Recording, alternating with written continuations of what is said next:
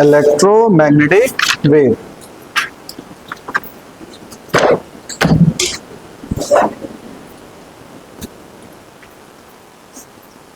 ठीक है, चलिए इसमें हेडिंग डालिए बच्चों, मैक्सवेल डिस्प्लेसमेंट करंट। दो चार टॉपिक हम लोग समझेंगे तो हम लोग को समझ में आएगा कि इसको कैसे आगे प्रोसीड करना है। पहली हेडिंग डालिए, मैक्सवेल डिस्प्लेसमेंट करंट। अच्छा, पढ़ाने को बहुत कुछ है बच्चों, बट इतना पढ़ाया जाएगा जिससे आपका सवाल ना रुके। ठीक है, पढ़ाने को तो बहुत डीप में है। इलेक्ट्रोमैग्नेटिक वेव मतलब पूरी मैग्नेटिज्म पूरा एकदम मिला के बनाना। ठीक है, बट हम लोग समझेंगे धीरे धीरे कि क्या है इलेक्ट्रोमैग्नेटिक वेव, उसकी डिटेलिंग हम लोग समझेंगे। अच्छा, उसको समझने के लिए पहले दो चार टर्म है, उसको समझ लें। तो उसमें पहला टर्म क्या है, मैक्सवेल डिस्प्लेसमेंट करंट। इतनी बात समझ में आई, मैक्सवेल डिस्प्लेसमेंट करंट। अब इसको समझने के लिए हम लोग समझते हैं, बात समझिए। मान लीजिए कि एक कैपेसिटर है और वो अनचार्ज है और उसको किसी डीसी वोल्टेज सोर्स से चार्ज किया जा रहा है। डीसी वोल्टेज सोर्स से क्या किया जा रहा है, चार्ज किया जा रहा है। तो यहां पे लगा हुआ है स्विच, यहां पे लगा है स्विच। ठीक, तो और ये प्लस और ये माइनस। ठीक, अब देखिए हुआ क्या यहां पर, जैसे ही हमने पहले क्या किया कि पहले ये डीसी सोर्स है और कैपेसिटर आपका अनचार्ज है। कैपेसिटर कैसा है आपका, अनचार्ज। अब कहानी क्या हो रही है बात समझिए, यहां हमने ये प्लस और ये माइनस कुछ वोल्टेज सोर्स है और इस स्विच को हमने क्लोज किया। t बराबर 0 पे हमने स्विच को क्या किया, क्लोज किया। और स्विच को क्लोज करेंगे तो होगा क्या, ये पॉजिटिव टर्मिनल है। अच्छा, पहले तो अनचार्ज है तो यहां पर चार्ज कितना है, दोनों प्लेट पे 0। दोनों प्लेट पे चार्ज कितना है बच्चों, 0। और जैसे ही टर्मिनल कनेक्ट हुआ तो वैसे ही ये पॉजिटिव प्लेट कुछ इलेक्ट्रॉन को यहां पर घसीटेगी, अट्रैक्ट करेगी। ठीक है, ये पॉजिटिव प्लेट है, इलेक्ट्रॉन को क्या करेगी, अट्रैक्ट करेगी। तो यहां पर इलेक्ट्रॉन, यहां पे इलेक्ट्रॉन इस दिशा में मूवमेंट किया और इलेक्ट्रॉन इधर आया और इलेक्ट्रॉन फिर इधर से। अच्छा, बैटरी क्या करती है, इलेक्ट्रॉन प्रोवाइड करती है, क्या कराती है भाई, चार्ज का फ्लो कराता है। जो बैटरी होता है ना चार्ज प्रोवाइड करता है ना चार्ज एब्जॉर्ब करता है, चार्ज का मूवमेंट कराता है। बैटरी क्या करता है, चार्ज का मूवमेंट कराता है। अब ये आएगा तो यहां पे रुकेगा। इन दोनों को अलग अलग किया ही नहीं जा सकता। जहां पर भी इलेक्ट्रिक फील्ड है वहां पर मैग्नेटिक फील्ड है।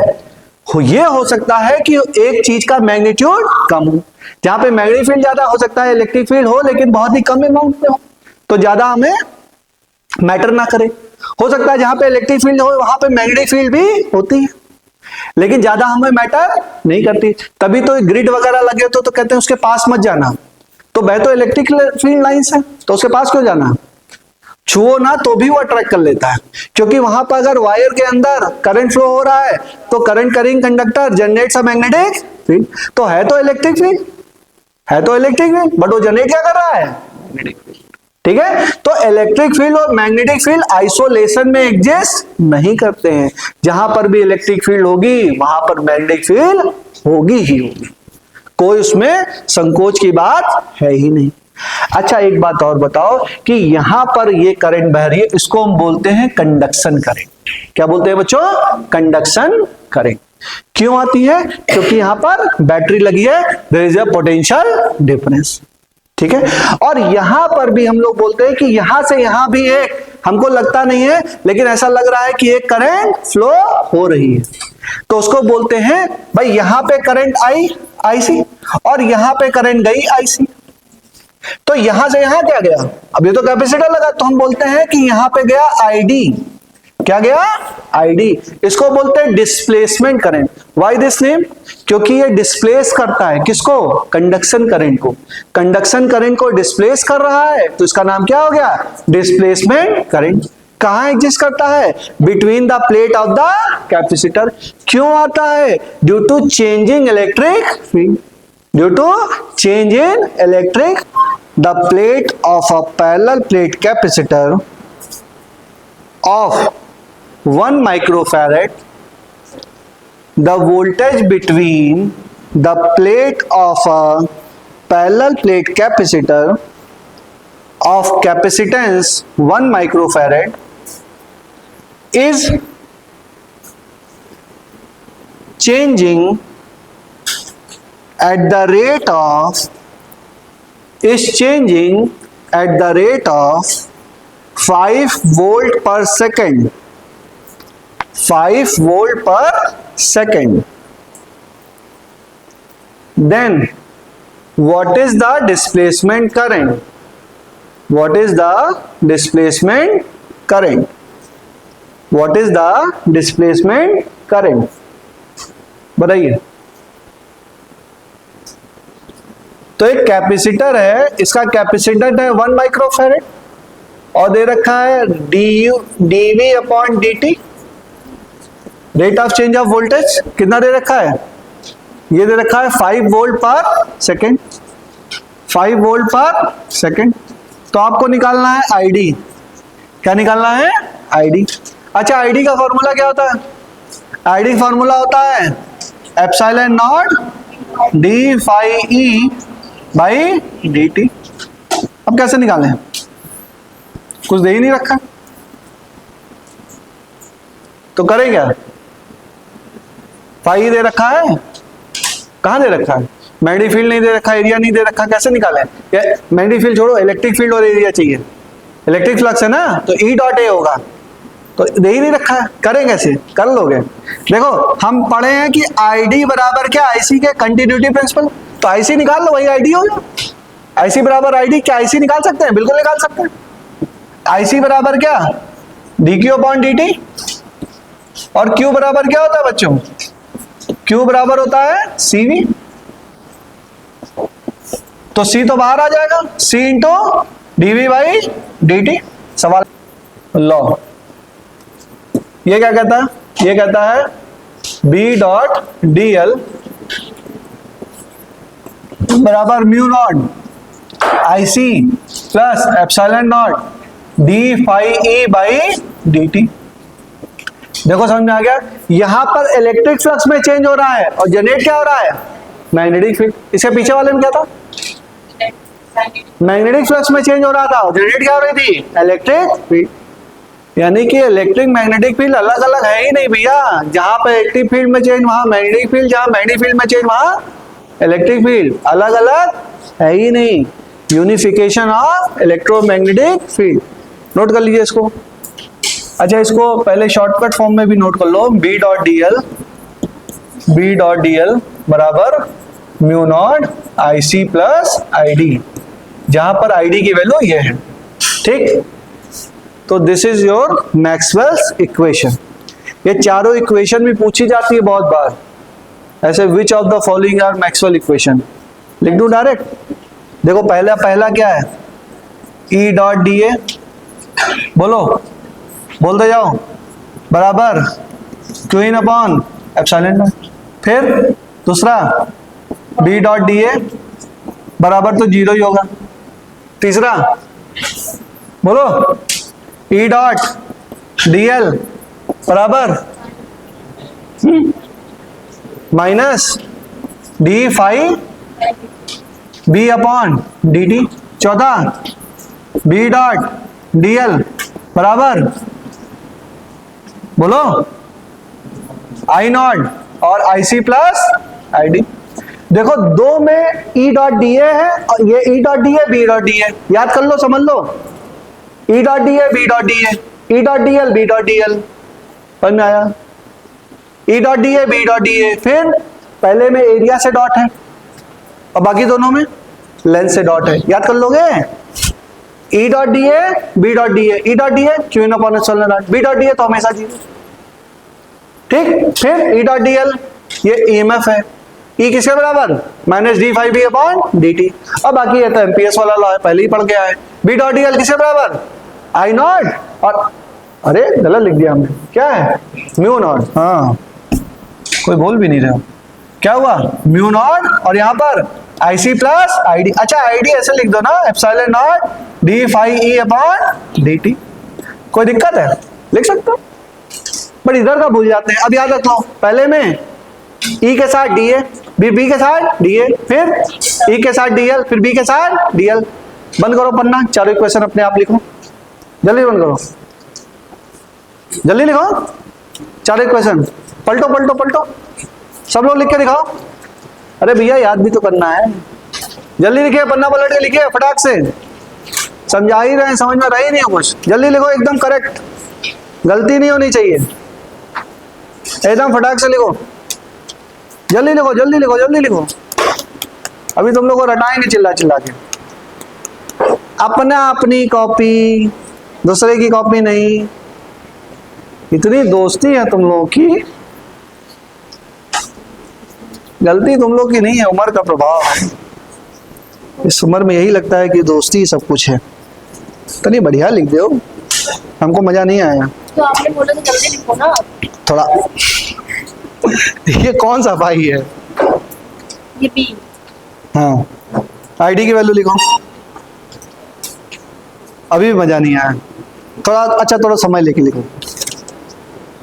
वेक्टर वेक्टर का साइन एकदम बढ़िया से बना के, साफ साफ एकदम, एक भी अंक में काट ना पाऊं। बिल्कुल बिल्कुल गलती नहीं होनी चाहिए, एकदम करेक्ट इक्वेशन होनी चाहिए। अभी भी गलत है? हाँ बस, अभी भी आ रहे हैं, देख रहे हैं, गलती पकड़ रहे हैं। जल्दी लिखो बच्चों, एक में देखो दोनों की कॉपी एक ही है, एक ही कॉपी है, बहुत बढ़िया, बहुत बहुत प्रगाढ़ है दोस्ती, क्या बताएं। अरे बस, मर गया बेचारा, कितना मारोगी।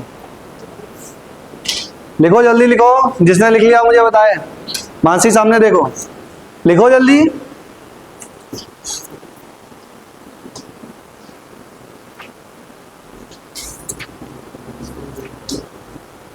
ठीक, और बच्चे लिखें, जल्दी लिखो। याद हो गया? कंफ्यूज तो नहीं हो गए? चारों इक्वेशन है, बहुत बार मैच द फॉलोइंग में भी आ जाता है सवाल। देखो, electromagnetism is considered to be a tough topic. Tough topic का इजी सवाल आएगा, टफ टॉपिक का इजी सवाल हो सकता है, यही चार इक्वेशन आ जाए। अच्छा, ये चार इक्वेशन भी बड़ी भयानक लगती है जो समझ में नहीं आता है, तो ऐसे चार इक्वेशन है ना। अच्छा, अगर अब आप लोग इंजीनियरिंग फील्ड में होते तो इन्हीं चार इक्वेशन से टॉपिक स्टार्ट होता है, जो हम लोग ने कूलम्स लॉ से स्टार्ट किया था। तो इंजीनियरिंग में अगर होता तो यहीं से आपका स्टार्टिंग होती है इंजीनियरिंग में जब आप पढ़ते हैं। चलो नेक्स्ट हेडिंग डालो, इलेक्ट्रोमैग्नेटिक वेव। याद हो गया? इसको याद रखिएगा, मैच द फॉलोइंग में आता है बहुत बार कि कौन सी इक्वेशन है। अच्छा, एक बार और रिपीट कर लेते हैं, ये कौन सा लॉ, नाम बोलो, बोलो नाम बोलो जल्दी। गॉस लॉ ऑफ इलेक्ट्रोस्टैटिक, ये बोलो, ये सब बोलो भैया, दोबारा बोलो, ये बोलो, गॉस लॉ ऑफ इलेक्ट्रोस्टैटिक, ये भी गॉस लॉ है, किसका? अच्छा, बड़ा मन करता है बी डॉट डी एल लिखने का, लेकिन बी डॉट डी एल वाला नहीं है, ई डॉट डी ए, ये भी बी डॉट डी है। ठीक, कहानी खत्म। ये गॉस लॉ ऑफ इलेक्ट्रोस्टैटिक, ये गॉस लॉ ऑफ मैग्नेटिज्म या मैग्नेटोस्टैटिक, जो भी बोल लो। ये ई डॉट डी एल, ये क्या है? फैराडे लॉ है, थोड़ा अलग तरीके से लिखा हुआ है, थोड़ा E बराबर minus D phi upon D T तो लिखा है, बट थोड़ा सा E की जगह ई डॉट डी एल लिखा हुआ है, बट है ये फैराडे लॉ ही। ये क्या है? ये भी एम्पियर्स लॉ ही है, लेकिन मैक्सवेल साहब ने थोड़ा सा उसमें करेक्शन पेश कर दिया, अपना नाम भी लगा दिया। तो क्या नाम है ये? एम्पियर्स मैक्सवेल सर्किटल लॉ या एम्पियर्स मैक्सवेल लॉ। इसमें आईसी के बाद एक तो आईडी भी लग जाता है। याद हो गया? चारों फॉर्मूले याद हो गए? चलिए नेक्स्ट करते हैं। अब हेडिंग डालो, इलेक्ट्रोमैग्नेटिक वेव। टॉपिक का नाम है, मतलब अभी तो चैप्टर था इलेक्ट्रोमैग्नेटिक वेव, अब तक भूमिका बना रहे थे, अब स्टार्ट हुआ क्या? Electromagnetic wave. अब तक तो कहानी पढ़ रहे थे, ठीक है, अब क्या स्टार्ट हुआ? Electromagnetic wave. ये electromagnetic wave,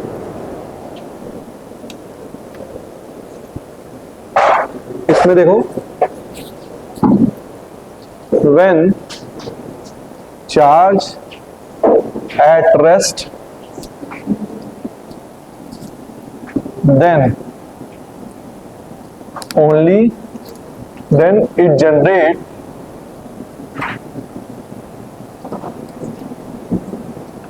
only electric field, और मैग्नेटिक फील्ड कितनी होगी?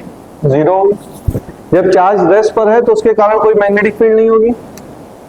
दूसरा, when charge is in motion, तो electric field and magnetic field is there. Electric field भी होगी और मैग्नेटिक फील्ड भी होगी। आ जाओ जल्दी आओ। When charge is moving with variable velocity,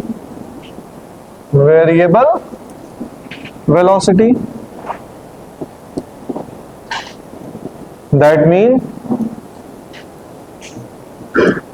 charge is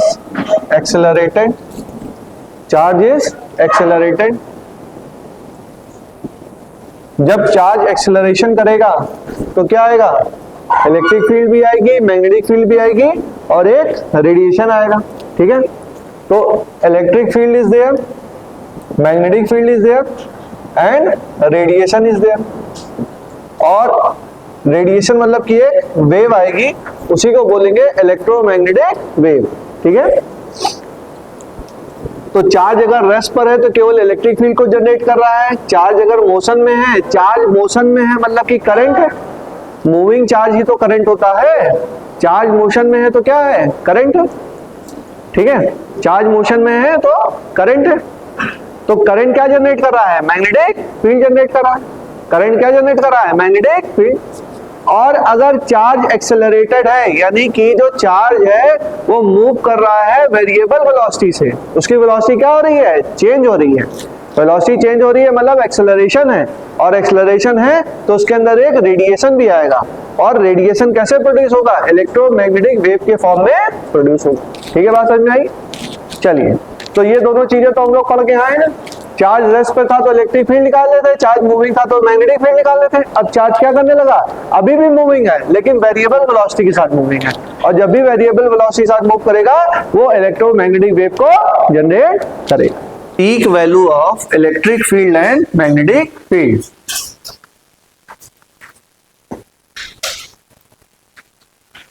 peak value of electric field and magnetic field लिखो इसमें।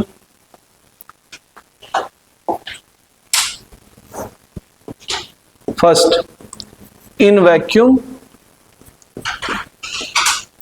comma free space, C बराबर E not upon B not. C बराबर E not upon B not. What is C? C is speed of light. इसी पे एक मतलब question आ चुका है केवल सेम फॉर्मूले पे। C बराबर हाँ E not by B not. What is E not? Maximum value of electric field. What is B not? Maximum value of magnetic field. लिख लो एक बार, अभी लिख रहे हैं, लिख लो। E नॉट बराबर max value of electric field, B not max value of magnetic field. ठीक, इन वैक्यूम फ्री स्पेस और एयर सेकंड, इन एनी मीडियम, किसी मीडियम में क्या होगा? तो वहां पर V बराबर E not upon B not. यहां पे V बराबर हो जाएगा, V क्या हो जाएगा? Speed of light in that medium. V बराबर speed of light in that medium,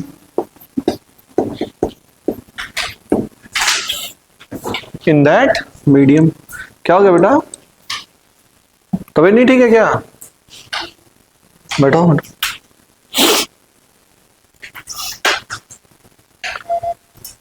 यही बच्चा आगे बैठ जाओ, पांचों लोग बैठे हो। मनवी आगे आ जाओ बेटा, तुम आ जाओ, आगे आ जाओ। है सब लोग पतले दुबले हो? ठीक, बैठे रहो बॉन्ड बना के। चलो लिखो, दोस्ती बहुत इंपॉर्टेंट है।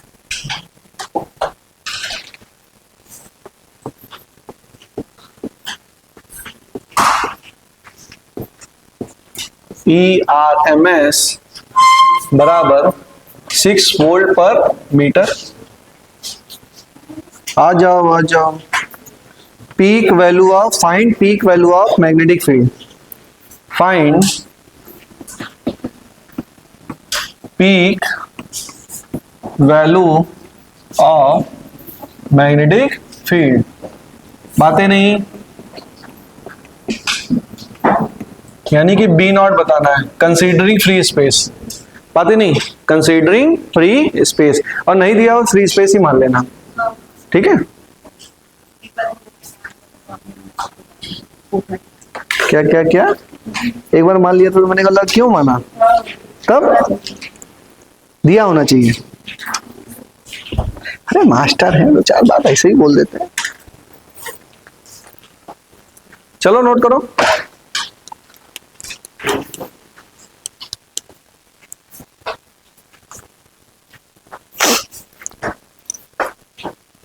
तो मास्टर अपनी गलती थोड़ा ना मानता है। प्रोफेशन में दो चीजें बता दी, boss is always right, there is two rule, boss is always right, और दूसरा रूल है if you think boss is not right then go to rule number 1। समझी? कितना आया बेटा? चलो देखते हैं। 2.8 इंटू 10 की पावर -8। हाँ ठीक है। Boss is always right, if you think boss is not right then go to rule number 1। यानी कि मतलब क्या, boss is always right. But ऐसा नहीं है, हम लोग यहाँ पर शिक्षक और स्टूडेंट हैं, हम लोग तर्क कर सकते हैं। आप मुझे गलत साबित करिए, कोई दिक्कत नहीं। चले चलो, क्योंकि टीचिंग प्रोफेशन में लगातार इवॉल्व होता है आदमी, ऐसा कुछ नहीं है। ERMS क्या होगा बेटा बताओ? What is ERMS? E0/√2। ठीक है, E0/√2। इन सब सवालों को छोटा मत समझिए, यही सब आएगा। E0 बराबर क्या आ जाएगा? 6√2। अब C बराबर क्या होता है?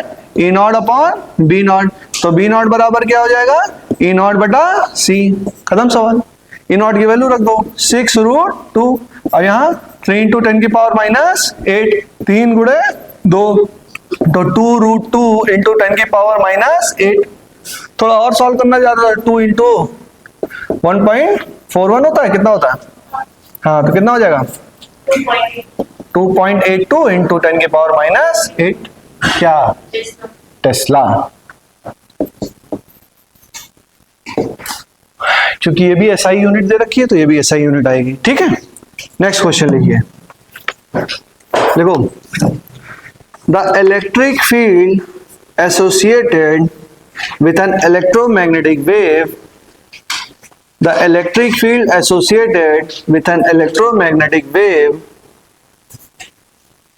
in vacuum is given by, in vacuum is given by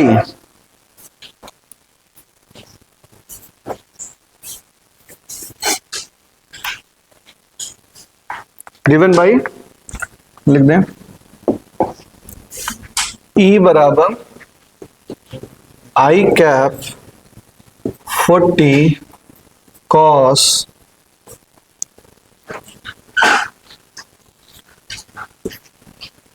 KZ -6 × 10 की पावर 8t।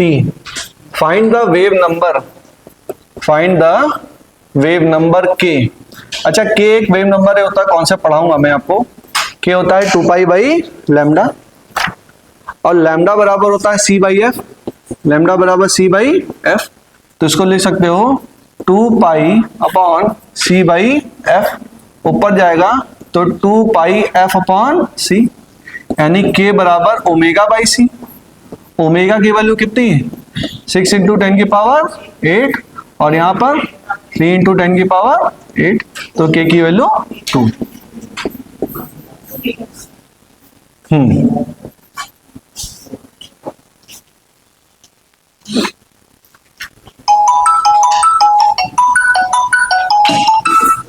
मीटर कैसे आएगा? 2 मीटर इनवर्स आएगा, ये मीटर तो ऊपर जाएगा ना, 2 मीटर इनवर्स।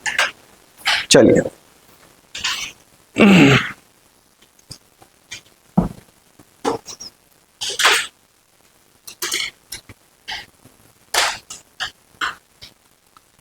लिखो, नेक्स्ट लाइन से लिखो।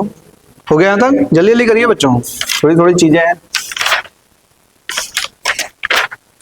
जल्दी से खत्म करिए।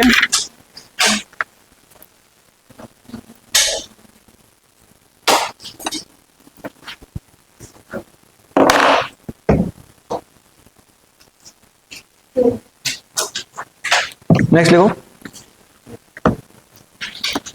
Speed of electromagnetic wave, heading डाल लो, speed of electromagnetic wave first in vacuum,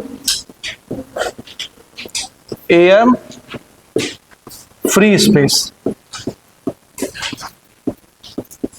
C बराबर 1/√μ0 एप्सिलॉन नॉट। म्यू नॉट क्या कहलाता है? बोलो, permeability of free space. Epsilon naught क्या कहलाता है?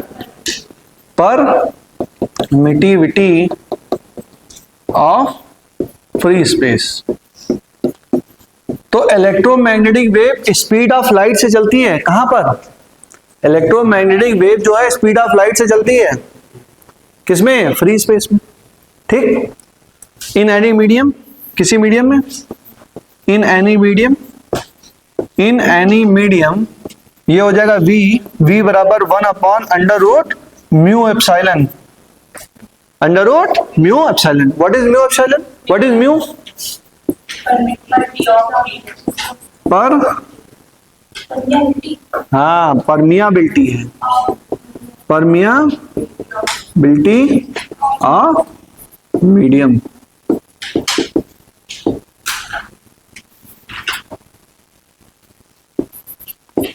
और ये क्या है?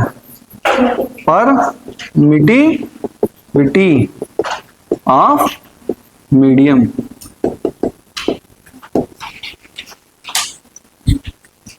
देखो, इसमें आता है मिया, इसमें आता है विटी, ठीक है, ये परमियाबिलिटी और ये क्या है? परमिटिविटी, ठीक है। चलिए और देखें, अच्छा ये होता क्या है? म्यू को क्या लिखेंगे बच्चों? Mu naught mu R. और एप्सिलॉन को क्या लिखेंगे? Epsilon naught epsilon R. तो जरा वैल्यू रखो, v बराबर 1/√μ एप्सिलॉन, ये हो जाएगा 1/√, बोलो, म्यू नॉट म्यू आर और एप्सिलॉन नॉट एप्सिलॉन आर। यहां से करेंगे तो 1/√μ0 एप्सिलॉन नॉट को यहां रख लो और म्यू आर एप्सिलॉन आर, फिर इसको अलग अलग करो तो 1/√μ0 epsilon naught into 1/√μ r epsilon r। अच्छा ये क्या है? What is this? Speed of light in vacuum, speed of light in vacuum, ठीक है। तो this is equal to c upon, ऐसे लिख लो, बराबर क्या है? c into 1/√μ r epsilon r, और इसका मतलब होता है c अपॉन√μ r epsilon r। This is b and this is very important formula, ठीक। कहीं पर c अपॉन म्यू आर लिख देते हैं, √μ r, वहां पे एप्सिलॉन r 1 होता है। कहीं पर c upon mu R epsilon r लिख लेंगे, वहां पे म्यू आर 1 होता है, ठीक है। बट कंबाइंड में फॉर्मूला याद रखो ना, c upon √μ r epsilon r, जहां पे म्यू आर एप्सिलॉन r क्या है? बोलो भैया, mu R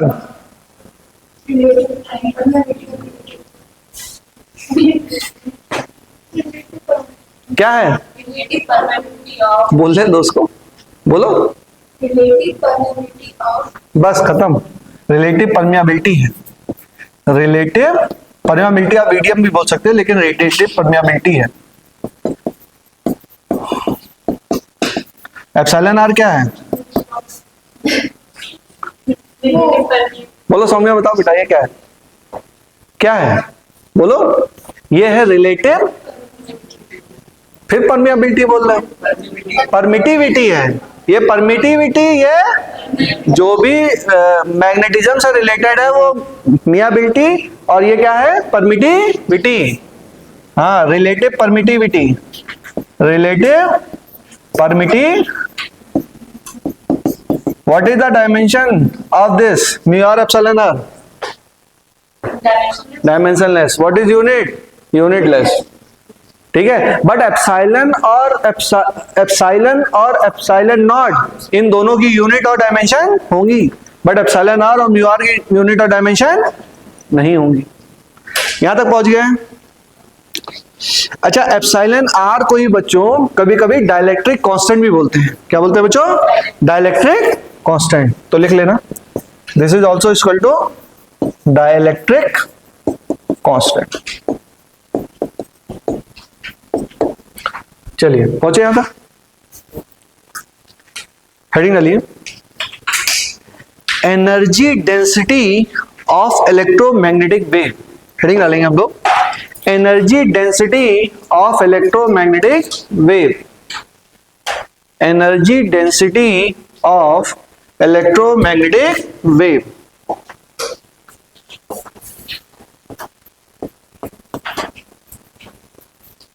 energy density of electromagnetic wave.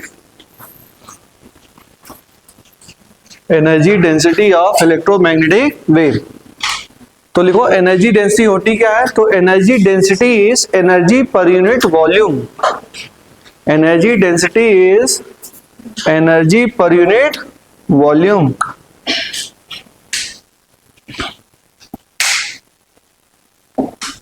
Energy density is energy per unit volume. Energy related energy density in electric field UE, इसको क्या बोलेंगे? UE average. UE average 1/4 epsilon naught E square. 1/2 epsilon naught E naught square, E naught square. फिर energy density in magnetic field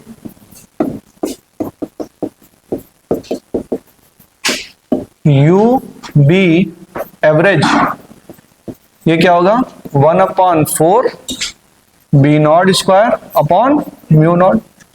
और हमें पता है कि energy जो है वो इक्वली डिस्ट्रीब्यूट होती है दोनों में, यानी कि ये जो इलेक्ट्रिक फील्ड एनर्जी है और ये जो एनर्जी है वो दोनों क्या है? सेम। ठीक है, as we know energy is distributed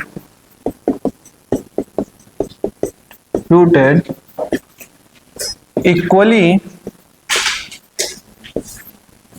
between electric field and magnetic field. So UE average is equal to UB average. मतलब टोटल एनर्जी निकालें, टोटल एनर्जी E बराबर टोटल एनर्जी E एवरेज बराबर UE average plus UB average. तो this is equal UB average को भी UE average भी लिख सकते हैं। तो यहां से हो गया 2 टाइम्स ऑफ UE एवरेज, और इसी को बोल सकते हैं 2 टाइम्स ऑफ UB एवरेज। क्योंकि U एवरेज और यू बी एवरेज दोनों सेम है। तो टोटल एनर्जी जो है average energy equal to 1 upon, next line से लिखते हैं, चलो इतना नोट करो, नोट करिए जल्दी।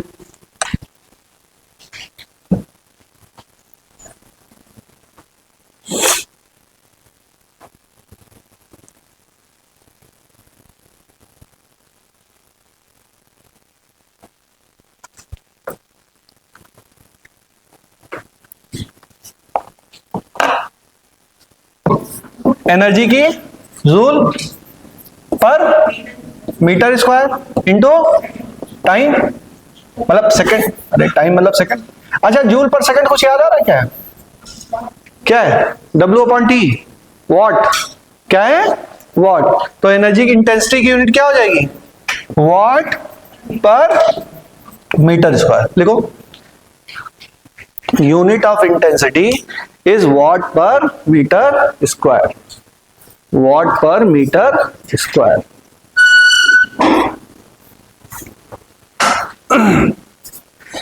अच्छा, एक फॉर्मूला भी इसका है इंटेंसिटी का फॉर्मूला, I बराबर intensity of electromagnetic wave, intensity of electromagnetic wave. ये क्या होता है? I बराबर 1/2 एप्सिलॉन नॉट E नॉट का स्क्वायर इंटू C। ये फॉर्मूला है बच्चों, याद रखेंगे। जो एनर्जी है उसमें C से मल्टीप्लाई कर दो, एनर्जी डेंसिटी में 1/2 epsilon not E not square into C। Direct formula है 1/2 epsilon not E not square into C।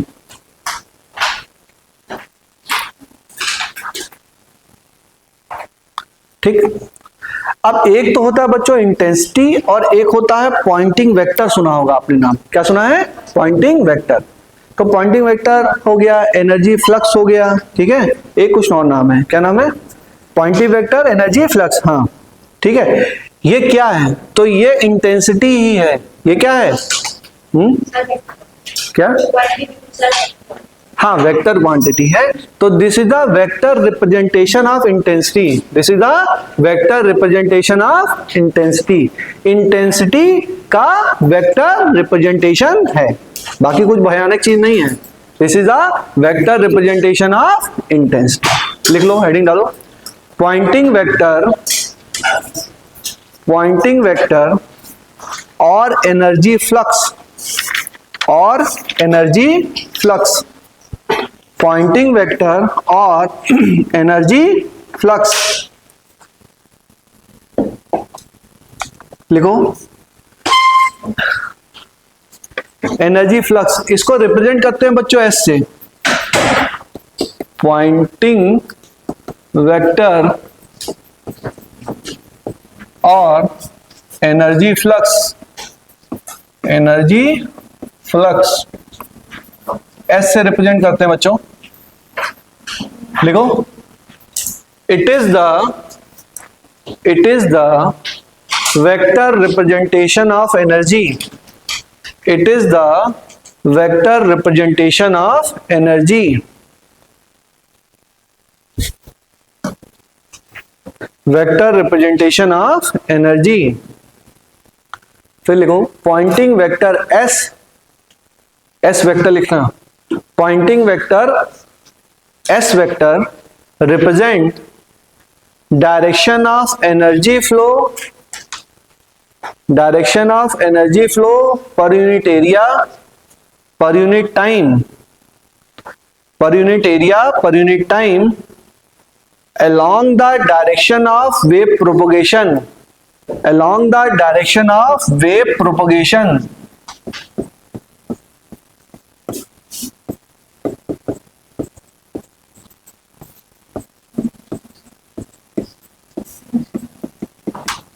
along the direction of wave propagation,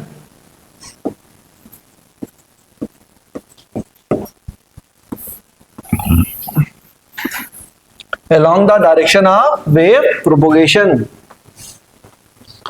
लिखो, S represent the direction of energy flow per unit area per unit time bulb की intensity तो है, energy flowing per unit area per unit time क्या है, intensity.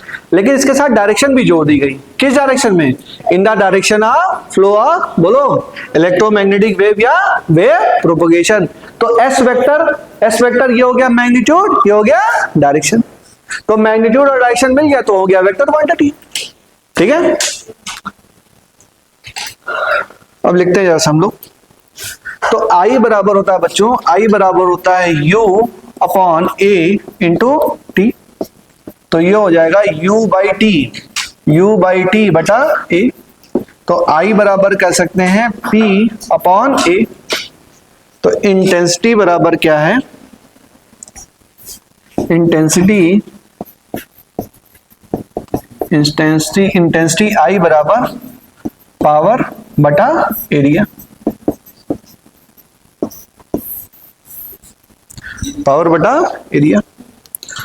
तो अगर हम लोग पॉइंट सोर्स की बात करें, फॉर पॉइंट सोर्स, मान लो कोई पॉइंट सोर्स है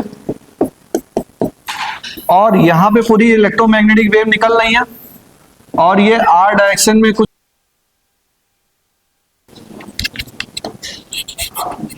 कितना आएगा भाई बताइए बच्चों। यहां से जरा हम इंटेंसिटी निकाले तो इंटेंसिटी बराबर होगा P upon 4 pi R square. अच्छा, इंटेंसिटी का एक और फॉर्मूला हमने पढ़ा है, इंटेंसिटी बराबर 1/2 एप्सिलॉन नॉट ई नॉट का स्क्वायर इंटू सी। दोनों सेम इक्वल करो तो 1/2 epsilon naught E naught square into C बराबर P upon 4 pi R square. जरा इधर लेके जाओ तो ई नॉट स्क्वायर बराबर 2P upon 4 pi epsilon naught into epsilon not इधर आ गया, इधर C आ जाएगा और यहाँ R आ जाएगा। अच्छा, ये 1/4 पाई एप्सिलॉन नॉट है ना, हाँ, तो 9 इंटू 10 की पावर 9 इंटू 10 की power 9 into 2 into power. Fall on a perfectly reflecting surface, falls on a perfectly reflecting surface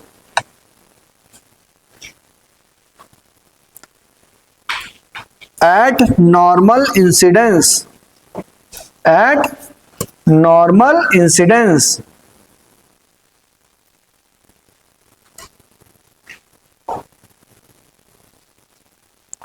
at normal incidence,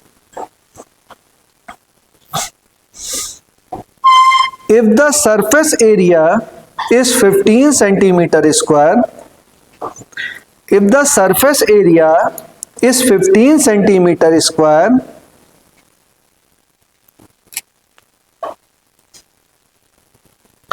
find the average force exerted on the surface, find the average force exerted on the surface, find the average force exerted on the surface। निकालिए, find the average force exerted on the surface।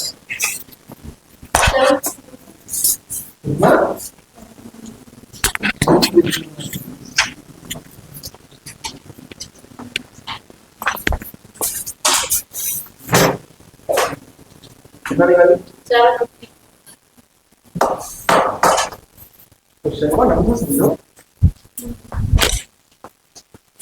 ठीक है, हाँ, -6 नहीं, चलो देखते हैं। Force exerted F external बराबर है 2E/c अपॉन डेल्टा टी, या इसको 2E/c अपॉन टी भी कह सकते हैं, 2E/c अपॉन टी। ठीक है, तो E बराबर क्या, अच्छा I बराबर क्या होता है, I बराबर होता है E owner A into T, यानी E बराबर I A T। ठीक, तो यहां से हम देखेंगे तो एफ एक्सटर्नल क्या आ जाएगा, एफ एक्सटर्नल आ जाएगा 2E upon C into T. जरा वैल्यू रखो तो 2 into E I A T upon C into T, T से टी कैंसिल, तो कितना हो जाएगा 2IA अपॉन सी। 2 आई की वैल्यू बोलो 25 इंटू 10 की पावर 4, ए की वैल्यू बोलिए 15 इंटू 10 की पावर -4 और सी की वैल्यू 3 इंटू 10 की पावर 8। तो ये 10 की पावर -4 10 की पावर -4 कैंसिल। और बताओ यहां पर 3 और ये 5, 5 गुणे 2 10 और ये हो गया 250, 250 ठीक, इंटू 10 की पावर -8, इसको कह सकते हैं 2.5 इंटू 10 की पावर -6 न्यूटन। एफ एक्सटर्नल बराबर क्या आ जाएगा 2.5 इंटू 10 की पावर -6 न्यूटन। बोलो ठीक है, सही है, कहीं गलती कर यही रही थी। अच्छा अच्छा, तो हो सकता है 2 से और मल्टी, मतलब यहाँ पे जब रिफ्लेक्टिंग होगा तब यहाँ पे 2 होगा और रिफ्लेक्टिंग नहीं होगा तो यहाँ पे 2 नहीं होगा। ठीक है, एफ एक्सटर्नल फॉर्मूला याद होना चाहिए। चलिए बच्चों अब हेडिंग डालिए properties of electromagnetic wave. Heading डालो प्रॉपर्टीज ऑफ इलेक्ट्रोमैग्नेटिक वेव और कहानी लिखना शुरू करो। प्रॉपर्टीज ऑफ इलेक्ट्रोमैग्नेटिक वेव लिखा दें कि भेज दें? लिखा दें, भेज देंगे तो हाँ, नहीं 4-5 तो है, लिख डालो। चलो लिख डालो कुछ, देखो सब पढ़ चुके हैं बट फिर भी एक बार लिख लेते हैं, याद रहेगा थोड़ा सा। देखो हेडिंग डालो प्रॉपर्टीज ऑफ इलेक्ट्रो, खत्म हो गया इलेक्ट्रोमैग्नेटिक वेव, बस हमको इलेक्ट्रोमैग्नेटिक वेव का स्पेक्ट्रम पढ़ा देना है। ठीक, टॉपिक खत्म। इतनी थ्योरी थी इलेक्ट्रोमैग्नेटिक वेव में, बाकी थ्योरी नहीं है। ठीक है, अब पढ़ना हमको EMW spectrum, electromagnetic wave spectrum, और उसी का एक स्पेशल टॉपिक है विजिबल स्पेक्ट्रम। क्या टॉपिक है? Visible spectrum. जैसे वेव तो बहुत सारी हैं, लेकिन सारी वेव हमारी नेकेड आई से दिख नहीं रही है। हम केवल उन्हीं वेव को देख सकते हैं जिसकी वेवलेंथ 400 नैनोमीटर से 700 नैनोमीटर तक होती है, और उसको बोलते हैं विजिबल रीजन। उसको क्या बोलते हैं बच्चों? Visible region. और सारी कहानी विजिबल रीजन की हम पढ़ेंगे रे ऑप्टिक्स में। कैसे पढ़ेंगे? रे ऑप्टिक्स में। तो जहां ये चैप्टर खत्म होगा वहीं से नया चैप्टर चालू होगा। ठीक है, उससे पहले जरा जो अब तक पढ़े हैं उसकी समरी एक बार लिख लेते हैं। तो लिखो समरी क्या मतलब प्रॉपर्टीज है, लिख डालो प्रॉपर्टीज ऑफ इलेक्ट्रोमैग्नेटिक वेव। लिखो द इलेक्ट्रोमैग्नेटिक, फर्स्ट पॉइंट लिखो the electromagnetic wave are produced by accelerated charge. The electromagnetic wave are produced by accelerated charge and do not require any medium for their propagation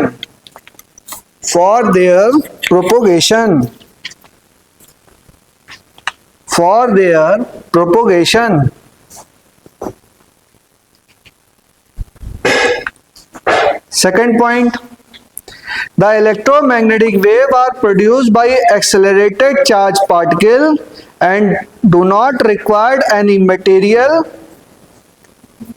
medium for their propagation.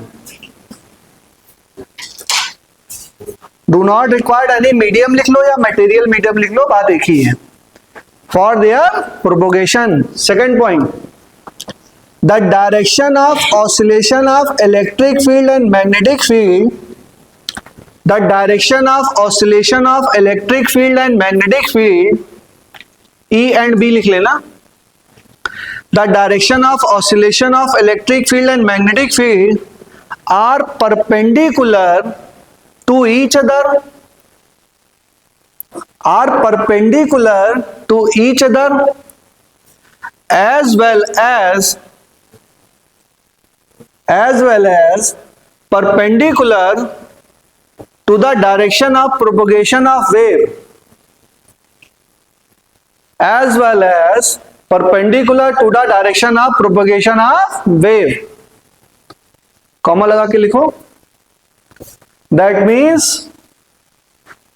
means ऐसे लिखो, V, E and B are mutually perpendicular. V, E and B are mutually perpendicular. Bracket में ऐसे लिख लेना, V perpendicular to B, perpendicular to E. V, E and B are mutually perpendicular.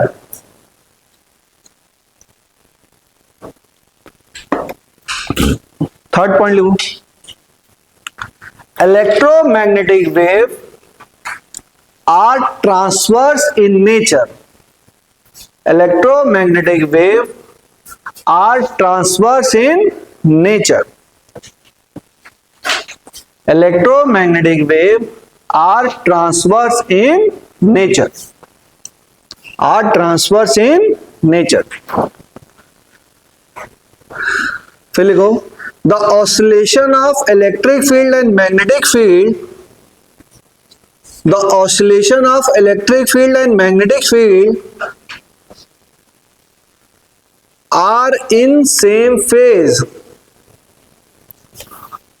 The oscillation of electric field and magnetic field are in same phase.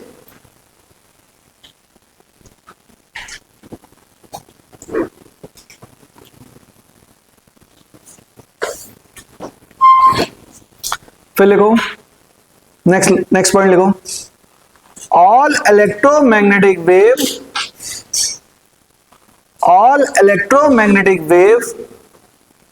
travel in free space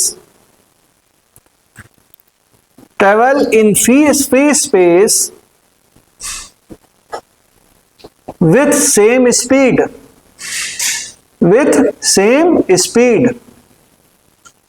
All electromagnetic wave travel in free space with same speed.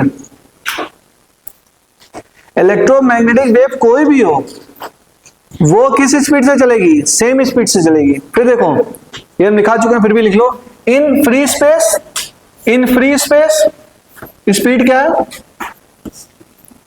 In free space speed of electromagnetic wave c बराबर 1/√μ0 फिर लिखो, in any medium speed of electromagnetic wave v बराबर c/√μr/ε. इसी को लिख दो c/n. यहां पे n बराबर √μr/ε. और ये आपके लिए नया चीज क्या होता है? ये what is n? n is refractive index of the medium. n क्या है? Refractive index of the medium. अब ये नेक्स्ट चैप्टर स्टार्ट होगा, उसमें पढ़ाऊंगा. कहीं पे आप c/n भी देखेंगे फॉर्मूला. ठीक है, तो c/, यानी कि ये जो टर्म है ये किसके बराबर है? ये n के बराबर. कंफ्यूजन बहुत होता है, कभी ये लिखा कभी ये लिखा, अरे सब एक ही चीज है. n बराबर क्या है? √μr/ε. What is n? n है रिफ्लेक्टिव नहीं, रिफ्रैक्टिव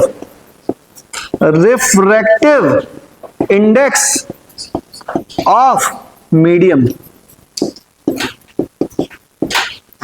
एक होता है बच्चों रिफ्लेक्शन, जैसे यहां पे पड़ा और इधर वापस आ गया, सेम मीडियम में वापस आ गया, तो उसको बोलते हैं रिफ्लेक्शन.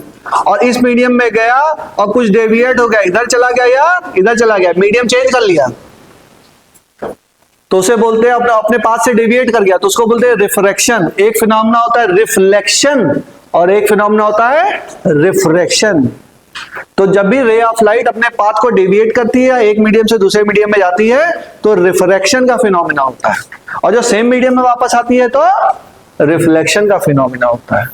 एक बड़े से ग्लास के बीकर में आप पेन रख दीजिए, तो अगर ये पेन ऐसे रखते हैं तो ये पेन थोड़ा सा इस तरीके से दिखाई देता है। ये पेन तो सीधा सीधा रखा हुआ है लेकिन दिखाई इस तरीके से देता है। क्यों? Due to phenomena of refraction. फिर हम निकालते हैं इसकी वर्चुअल डेप्थ कितनी है, वर्चुअल हाइट कितनी है। अच्छा, इसके अंदर घुस जाओ और किसी बड़े से टावर को देखो तो उसकी हाइट भी कुछ कम या ज्यादा दिखाई देगी। तो जब आप पानी के अंदर होंगे तो मीडियम चेंज होगा। पानी से बाहर हैं आप, तो आप देख रहे हैं बाहर से, और यहाँ ये क्या है, मीडियम कहाँ, पार्टिकल कहाँ पर है, दूसरे मीडियम में है। तो यहाँ पे कुछ आता है वर्चुअल डेप्थ और कुछ आता है वर्चुअल हाइट। ठीक है, तो वो चीज हम लोग पढ़ेंगे, बड़ा अच्छा चीज है, पढ़ेंगे, समझेंगे, देखेंगे। ठीक है, और थोड़ा सा फील आना शुरू होगा। अब इलेक्ट्रोमैग्नेटिज्म खत्म हो गया ना, अब ऑप्टिक्स पढ़ेंगे हम लोग। ऑप्टिक्स में एकदम फील आने लग जाएगा आपको कि हाँ ऐसा होता है, दिखाई देगा। मैकेनिक्स पढ़ेंगे तो पहिया घूमता है तो पहिया घूमता है, फ्रिक्शन है तो फ्रिक्शन है, सर्कुलर टर्न है तो सर्कुलर टर्न है। आपको थोड़ा सा फील होना समझ में आएगा।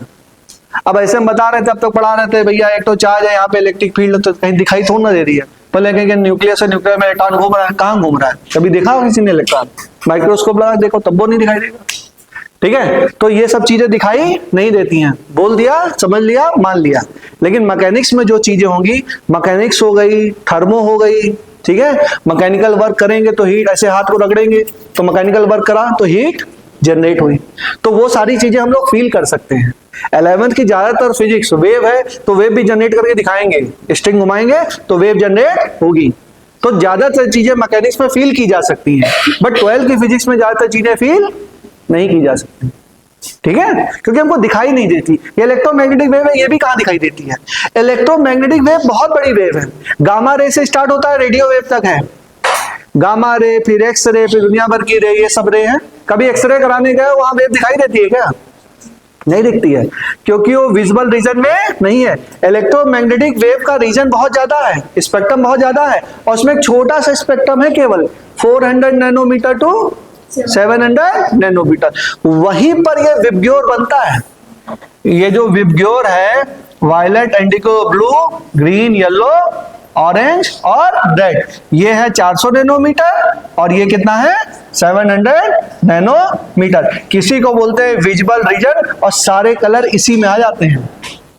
ठीक है, इसके अलावा वेव अगर किसी और स्पेक्ट्रम में होगी तो वो हम मतलब अपने मन से उठ के कुछ भी करने लगो। पहली बात तो उठने से पहले पूछा करो, ठीक है, मैनर सीखो क्लासरूम में बैठने का।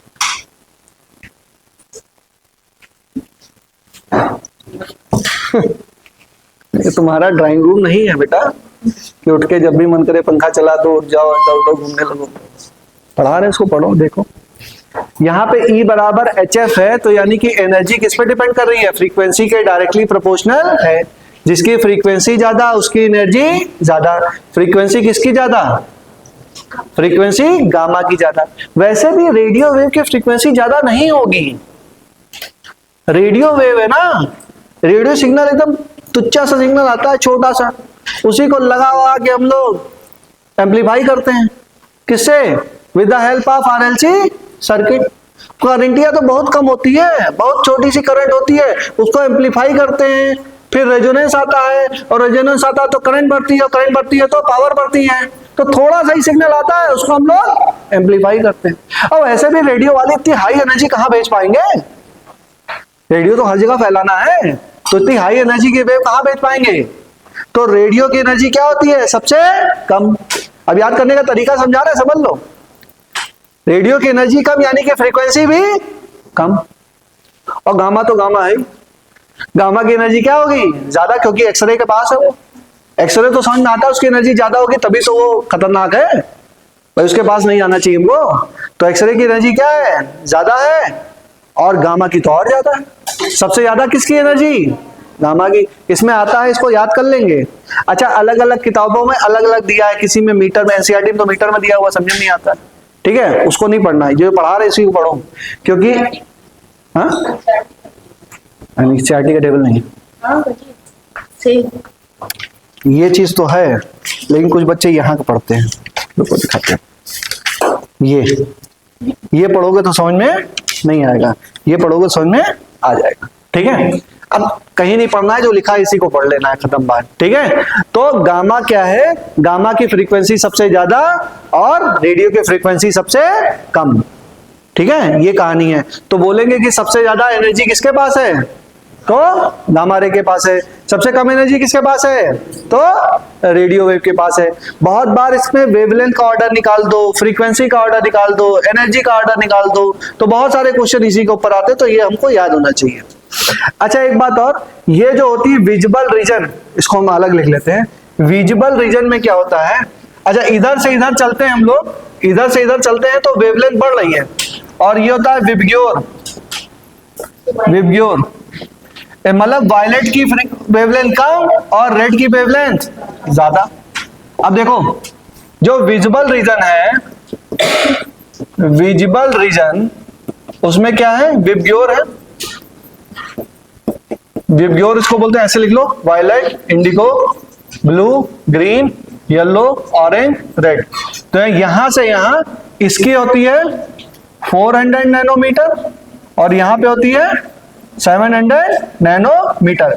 तो जब वायलेट से रेड पर आए तो वेवलेंथ क्या हो रही है, बढ़ रही है, और वेवलेंथ बढ़ रही है यानी कि फ्रीक्वेंसी घट रही है। फ्रीक्वेंसी क्या कर रही है, घट रही है। तो किसके पास हाईएस्ट एनर्जी होगी, वायलेट के पास हाईएस्ट एनर्जी और रेड के पास लोएस्ट एनर्जी। अब क्वेश्चन बहुत सारे आ सकते हैं इसमें, क्वेश्चन कितना करा दें भाई, लिख लो एक question, which colour of the light has longest wavelength. लिखो, which colour of the light, एक तो ऑब्जेक्टिव सवाल, एक दो तो कर लो। Which colour of the light has longest wavelength, बताइए। ग्रीन, वायलेट, रेड, ब्लू, बताओ कौन सा वेवलेंथ। ठीक है, चलो कर लेंगे, अभी तो लग रहा है कर लोगे। फिर लिखो, लिखिए, the energy of an electromagnetic wave is 15 kilo electron volt. Question लिखो, the energy of the electromagnetic wave is 15 kilo electron volt. 15 kilo electron volt. To which part of the spectrum it belong? To which part of the spectrum it belong?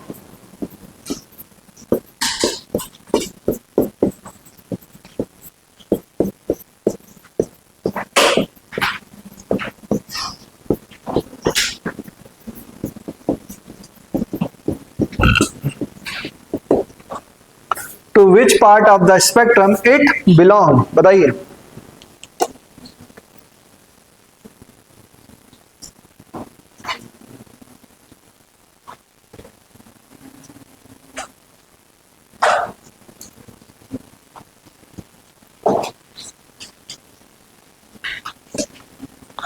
तो देखो, energy का formula था E बराबर 1240 upon क्या, रुक जाओ, भी करते हैं, नैनोमीटर। ये है कितना, कितना दे रखा है, 15 इंटू 10 की पावर 3 इलेक्ट्रॉन वोल्ट। ये है 1240 बटा लैम्डा, तो लैम्डा की वैल्यू निकालो। बातें नहीं बच्चों, लैम्डा की वैल्यू कितनी आई, 0.08 नैनोमीटर। इसको बोल सकते हैं 8 या 80 इंटू 10 की पावर -3 नैनोमीटर। लैम्डा बराबर क्या, क्या बातें हो रही है बेटा,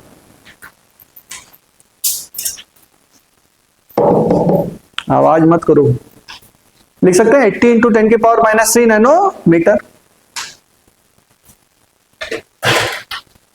अच्छा, इसमें थोड़ी सी एम्बिग्यूटी है, समझते हैं। इसको लिख सकते हैं,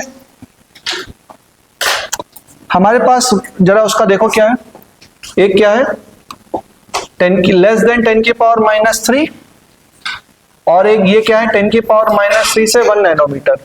अब बताओ, लेस देन 10 की पावर -3 है, क्या है 10 की पावर -3 से 1 नैनोमीटर के बीच में है, तो कौन सी रे हुई है? X ray. तो किस स्पेक्ट्रम में पड़ा?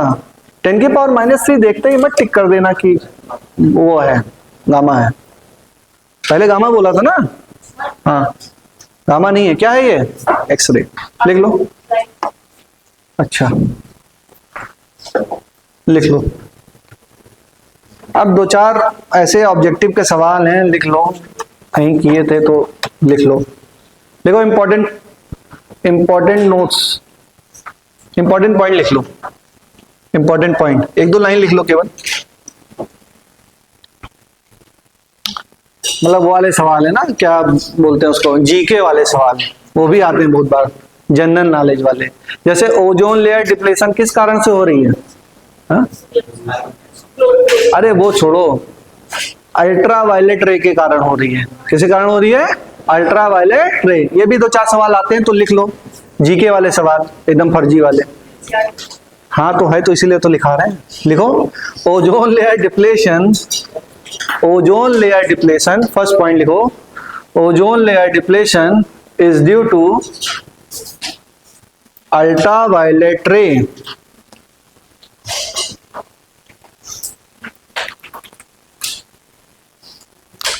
Ozone layer depletion is due to ultra violet ray. 4-5 point निकालेंगे और 4-5 पॉइंट अपने मन से लिखना जब मिलेगा तब, से मैक्सिमम टॉपिक लिखा देंगे। नेक्स्ट लिखो, green house effect is due to, green house effect is due to infrared ray. Green house effect is due to infrared ray. Green house effect is due to infrared ray. Infrared ray bracket में heat ray या heat wave. Infrared रे को ही क्या बोलते हैं? Heat wave भी बोलते हैं। फिर लिखो, biological importance of ozone layer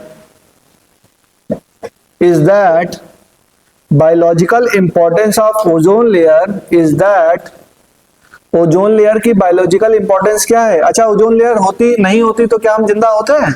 नहीं होते। हाँ हार्मफुल रह जाती, मतलब यहाँ पे एटमॉस्फेयर ही नहीं बचता। ओजोन लेयर में होल हो गया थोड़ा सा, या जो क्लोरोफ्लोरोकार्बन की वजह से दिक्कतें आ रही हैं ना, तो बायोलॉजिकल, अच्छा किसी ने बनाया थोड़ा ना है, पहले से ही बनी हुई है वो, ठीक है, नेचर से नहीं बनाया है।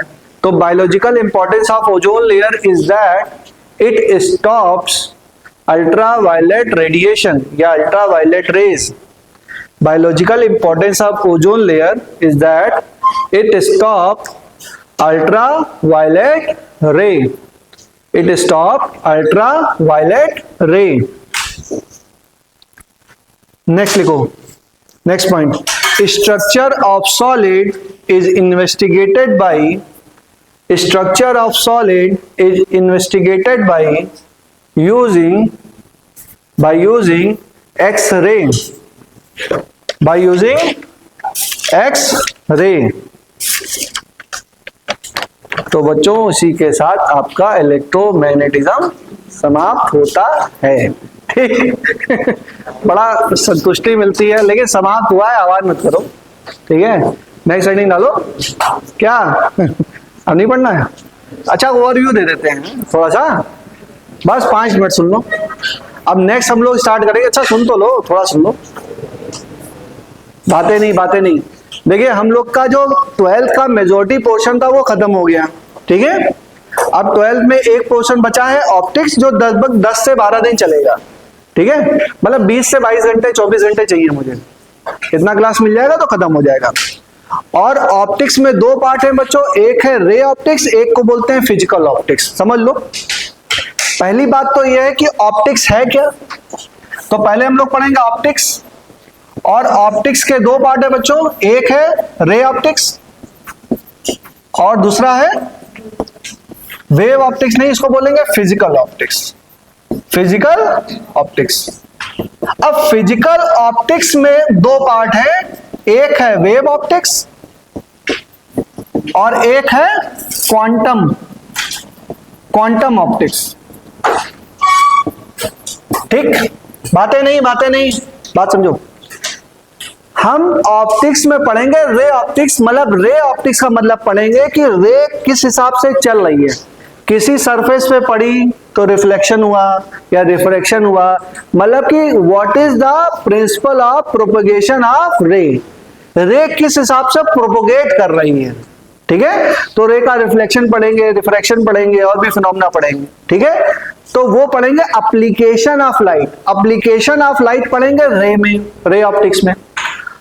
उसके बाद फिजिकल ऑप्टिक्स में, फिजिकल ऑप्टिक्स में दो तरह के वेव के नेचर के बारे में पढ़ेंगे कि रे अगर है क्या, आखिर किस चीज से मिलकर प्रकाश बना है। तो प्रकाश की अपनी प्रॉपर्टी कि है क्या प्रकाश, ऑप्टिक्स मतलब रे है क्या। तो एक लोगों ने कहा भैया रे वेव है, एक लोगों ने कहा भैया वेव पार्टिकल है। लेकिन हमारी अच्छाई यह है कि this is not in our syllabus, quantum optics हमको पढ़ना नहीं है, लेकिन जाने तो रहो काका चीजें। ठीक है, तो फिजिकल ऑप्टिक्स में उसके फिजिकल नेचर के बारे में बताना है कि what is actually light, light है क्या। तो लाइट के बारे में जानकारी इकट्ठा करेंगे किसमें, फिजिकल ऑप्टिक्स में। और वो भी ये वाली जानकारी हमको इकट्ठा नहीं करनी पार्टिकल नेचर की, हमारे बात नहीं करनी, हम किसकी बात करेंगे, वेव नेचर की बात करेंगे। तो वेव ऑप्टिक्स पढ़ लेंगे हम लोग। तो इसके बारे में पढ़ेंगे हम लोग कि लाइट क्या है, और यहां पे पढ़ेंगे लाइट कैसे काम करती है। तो पढ़ना तो वैसे उल्टा चाहिए, पहले पढ़ना लेना चाहिए कि लाइट क्या है, उसके बाद पढ़ना चाहिए उसका एप्लीकेशन, लेकिन पढ़ेंगे उल्टा, पहले पढ़ेंगे एप्लीकेशन, उसके बाद पढ़ेंगे हम लोग। भाई कोई यूज, इसका कोई यूज तो इसमें आता नहीं है, तो पढ़ाया भी ऐसे ही जाता है। पहले एप्लीकेशन ऑफ लाइट पढ़ेंगे, उसके बाद पढ़ेंगे व्हाट इज लाइट। तो एक बढ़िया सा टॉपिक है, अच्छे से पढ़ेंगे, फर्स्ट टू लास्ट क्लास तक अवेलेबल रहेंगे, तो 100% गारंटी है समझ में आएगा। और बीच में गैप करोगे बच्चों तो मेरी कोई जिम्मेदारी नहीं है। जितने बच्चे आज आए हैं उतने बच्चे सब आएंगे अगर क्लास में, तो अच्छे से समझ में आएगा। अच्छा एक यूनिट आके तो देखो, तुम लोग गैप बहुत मारते हो। अच्छा इस समय कुछ है नहीं, शादी ब्याह है लेकिन तुम लोग का नहीं है, ठीक है। तो किसी मामा चाचा फूफा भाभी किसी के शादी ब्याह में जाने की जरूरत नहीं है, और जाओ भी तो रात में जाओ, सवेरे आ जाओ। क्लास में अगर प्रेजेंट रहोगे तो एकदम से समझ में आएगा। अभी कोई गैप मारने का समय नहीं है, गैप मारोगे तो चला जाएगा। ठीक है, तो बंद करें क्लास।